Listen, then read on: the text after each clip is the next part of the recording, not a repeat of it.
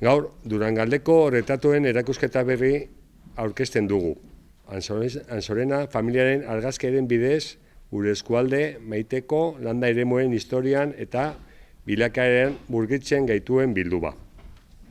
Bihar, maiatzak 10, arratsaldeko 7:00, Arte eta Historia Museoan inauguratuko dugu erakusketa hau. Gure kultura zaintzeko eta aberasteko. 3 aipamen egin behar ditut.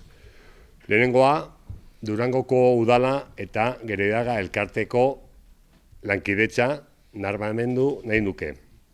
Aliantza hori funtsezkoa izan da kultura ekitali esanguratsuak egiteko. Lehen, goraipatu izan zen, gerra zantzuak Durangaldean, erakusketa bezala. Elkarrekin, gure udalerriaren historia eta kultura, gure kohesioa eta harrotasun komunitarioa indartzea lortuko dugu. 2. Quiero reconocer la labor del Museo de Arte e Historia de Durango para conservar, difundir y poner en valor la cultura y obras artísticas tanto de Durango y de la comarca, como la que hoy tenemos aquí presente, y también de artistas de referencia a nivel mundial, como será la exposición de Néstor Barrenechea en noviembre-diciembre. ¿Sí? Desde aquí doy las gracias a Garasi, que es la responsable del museo, por su encomiable labor. Luego 3, y esto ya va un poco más, aparte de mi presidencia de este museo, también en el aspecto personal. La gratitud a la familia Ansorena por el haber donado estas más de 1000 fotografías a Gerediaga, a la Asociación Gerediaga, para que todos los durangueses y duranguesas y todas las personas que quieran venir a ver esta exposición de la historia de Durango, es una parte importante de la historia de Durango, las tengamos presentes. En estas fotografías, según tengo entendido, provienen desde principios del siglo XX hasta los años 60. Y Ina, el aita de Virginia, pues bueno, era una persona muy aficionada a la fotografía, provenía de su aita, ¿no? De la Ichiche, ¿no?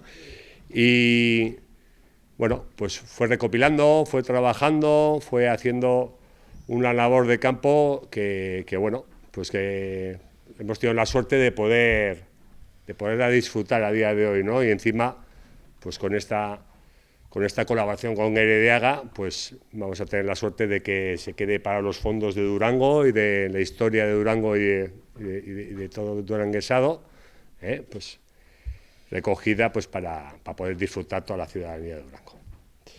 Quiero recordar aquí tanto a Ina, recientemente fallecido, y a su hijo Guillermo, también amigo mío personal y una muy buena persona ambos dos, y bueno, mi reconocimiento en este acto público. La inauguración de esta exposición tendrá el privilegio de contar con Miren Amuriza, que recitará un texto pues un poquito en referencia a las fotos y demás que aquí se recogen. Y además, bueno, pues tendremos un grupo de música pues para dinamizar el acto, el grupo Aneque. Quiero invitar a toda la ciudadanía de Durango a que se una con nosotros en este viaje visual por el pasado de Durango, donde se podrán apreciar nuestras raíces, de dónde procedemos, y reflexionar cómo han cambiado las tradiciones duranguesas y, como no, de Euskadi, y el paisaje y su evolución a lo largo de todos estos años. Bueno, Durangoko udalaren eta ekitaldi hau posible egiten duzuen guztien izenean, Ansorena familiari eta guztioi eskerrik asko. Gure kultur ekimenak babesten jarraitzagatik. Elkarrekin, historias, kulturas eta komunitatez betetako Durango eraikitzen jarraituko dugulakoan nago. Pasadan urtean, Ansorena familiak doaintzan eman zizkion, dakizuen bezala, hainbat eta hainbat argazki Gerediaga elkarteari, eta orduan ja museoak burua etorri zitzaion erakusketa bat egin behar dugu. Fondo hauek erakutsi egin behar ditugu, oso interesgarria dira, eta beraz harremanetan jarri nintzen zuzenean Gerediaga elkartearekin, eta egia esan ateak zabaldu zizkidaten hasieratik, lana oso erreza izan da. Batez ere, lehenengo bileran, Beñat eta Patrizia esan dituen funtsa horietako argazki batzuk bakarrik ikusten, digitalizatuak zeuzkanak, eta hor konturatu nintzen oso zabala zena, zeukatena, oso funtsa denetarik dago.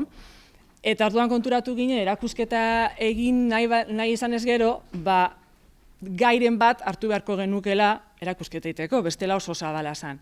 Eta oso lan etnografiko garrantzitsua egin zuen batez ere Sabinok, eta horregatik erabaki genuen erakusketa hau landa eremuran kokatzea.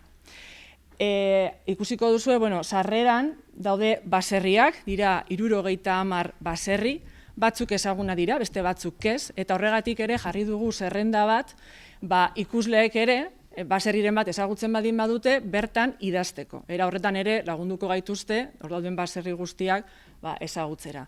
Beraz, publikoaren inplikazioa ere eskatzen dugu erakusketa honetan. Beste zati bat pertsonak dira, hainbat pertsona, hemen ere batzuk ez ditugu ezagutzen, beste batzuk bai, badaude ere pasaietan ikusten dira nola aldatu den Durangaldea oso denbora gutxian, egia esan ez gauditze egiten orain dela mendeak eta mendeak, orain dela gehienez 80 urte, eta asko aldatu da. Eta baserri lanak ere bai, gaur egun ja existitzen ez diren baserri lan asko. Orduan bada modu bat, Durangaldea erakusteko, baina ez ezagutzen dugun Durangaldea, edo orain momentu honetan behintzat dagoen Durangaldea. Beraz, aukera ematen du, ez bakarrik Sabino eta Ignaziok egindako lana erakusteko, baizik eta gure historia ere ikusteko. Eta horretaz gain, erakusketa honetaz gain, beko solairuan, biei, Sabino eta Ignazio Ansorenari egin diegu orako omenaldi txikitxo bat, beraien biografia batu dugu, eta objektu pertsonal batzuk, eta familia argazki batzuk, beraiek nortzuk ziren azaltzeko.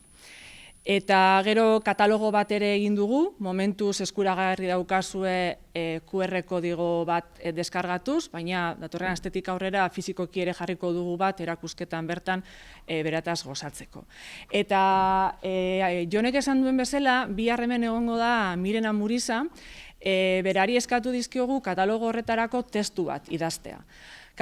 Testua da hemen norman daukazuena, berari argazkiak bidali nizkion, eta berak argazkiak ikusita testu ederra, nire ustez idatzi du. Eta orduan bihar, inaugurazio ekitaldian, testu hauen testuak abestu edo errezitatu egingo ditu, Janeke taldeak musika egiten duen bitartean, denak Durangaldeko pertsonak, denak geratzen da etxean, eta dana zaudete gonbidatutak, bihar arratsaldeko 7:00 izango da. Eta erakusketa noiz arte dago zabalik, ustailaren 14 arte. Eta orain ja Patriari utziko diot, eta eskerrik asko Patri ere zuri egindako lanagatik. Nahi izan dugu erakusketan, naiz eta tradiziotik eta sortua izan, apur bat berritzailea ere izatea. Horregatik montaia da berritzaileagoa, 3D argazkiak ere baditugu betaurrekoekin, Patrik egindako argazkiak dira, eta orduan, badaukagu intentzia hori, ez? Jendea ere involukratzea eta erakusketa desberdinago bat egitea. Gerediaga elkartearen izenean, lehenengo eta behin, eskerrak eman nahi dizkiot Ansorenia familiari. Ignacio Ansorena urteetan batutako argazki artxiboa elkarteari usteko erabakia hartu zuten, bera hil zenean. Milaka argazki jaso genituen, gure lehenengo erreakzioa handia sentitzea izan zen, baina elkartearen argazki artxiborako altxor bat jasotzen genbiltzan genekiela. Baina ardura eta konpromisoa ere bai, argazki volumen handia zelako. Urtebete luzean, Ignacio Ansorenaren funtsesko argazkiak sailkatzen, digitalizatzen eta fitxatzen ibili gara. Ansorenaren funtsa horretatik, Gerediaga elkartearen webgunean, dokumentategiko atalean, kontsultatu ahal izango dira, bihartik aurrera. Eta fitxa berriak osatu ahala, argazki kopuru gaurkotzen joango gara. Ansorena familiaren funtsa jasota, domino efektu bat bizi izan genuen. Gutxira, Elorrioko Alejandro Landabururen familia deia jaso genuen. Eurek ere, osabaren doaintzat emateko prest zeudela esanez. Ara gerotzuago, Carlos Merino Durangarrena ere bai, eta aldi berean Durangoko Madalena auzoko argazkizaleen bilduma ere heldu zitzaigun. Guztionek dakarkigun lan izugarriari ilusioz eta eskerronez ekiten diogu aurre. Durangaldeko historiaren zati garrantzitsu bat dugulako.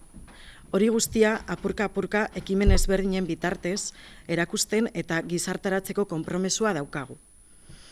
Gerediaga elkartetik amaitzeko, erakusketaren durangaldekotasuna azpimarratu nahi dugu. Ansorena Durangar peto-petoa zen, bai, baina eskualdean ara eta hola ibilitako gizona beti bere argazki kamerarekin alboan. Eta horren adibidea da erakusketa hau. Ze Durangaldeko baserriak, paisaiak eta baserritarrak dira protagonistak. Gurot gauza txikitxo bat nabarmendu eta gurote eskerrak emon garaziri ze elkarlan ederra egin dugu eta oso eskertuta nago. Estoy súper emocionada. Lo primero, daros las gracias a Gerediaga a tope. El día que vinieron a recoger las cosas de Aita a casa, para nosotras tuvimos un nudo en el estómago porque ver salir todas esas cajas y fue una emoción terrible. No sabíamos qué iba a pasar con todo aquello.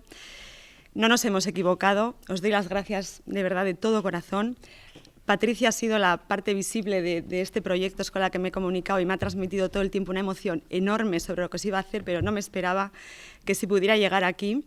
Y ojalá haya un sitio donde las personas que se van, las que nos faltan, puedan ver las obras o las cosas bonitas que se hace por ellos. Ojalá esté en algún sitio y este homenaje va para mi padre y para mi hermano, que a mi hermano le hubiera encantado estar aquí y por desgracia no ha podido ser. Quisiera decir de mi padre que era una persona buena, que es como nos gustaría, creo, ser recordados a todos. Un hombre sencillo, austero, que tenía dos enormes pasiones en su vida. La más grande, su familia. Nosotros tuvimos la suerte de tener un padre maravilloso, un padre que nos ha cuidado, que nos ha transmitido ilusión por todo, empatía, que nos ha enseñado la capacidad de perdonar, de seguir adelante siendo buenas personas. No sé si lo habremos conseguido, pero es lo que él siempre nos ha dicho que debíamos de hacer y así quisiera que se le recordara. Y la segunda pasión era la fotografía. Mi padre ha vivido toda su vida como si tuviera una lente en sus ojos, buscando la mejor foto, buscando la mejor luz, y somos afortunados de tener una historia de nuestra vida desde que nacimos hasta hoy. Porque a día de hoy todos llevamos un fotógrafo en nuestros móviles, pero en la época de mi padre eso era algo imposible y lo ha transmitido y lo ha vivido con una pasión tremenda que nos ha dejado a nosotros. Nos ha vuelto locas, a mi madre y a mí, con su afición. Era un hombre tremendamente intenso, con un genio vivo, y nos volvía locas, no loquísimas, porque no había día que no saliera a la calle con un boli, con una fotografía para poner nombre a algo, o a algún sitio, o a alguna persona. Y bueno, pues creo que podemos agradecérselo. Todavía hay gente que nos dice que tiene una foto de su abuelo, de su tío, gracias a Aita, y yo le agradezco muchísimo. Y quisiera decir que una persona sencilla como él, que persigue un sueño y que tiene una pasión tan grande, consigue llegar aquí aunque él no pueda verlo. Muchísimas gracias. Y gracias a ti también.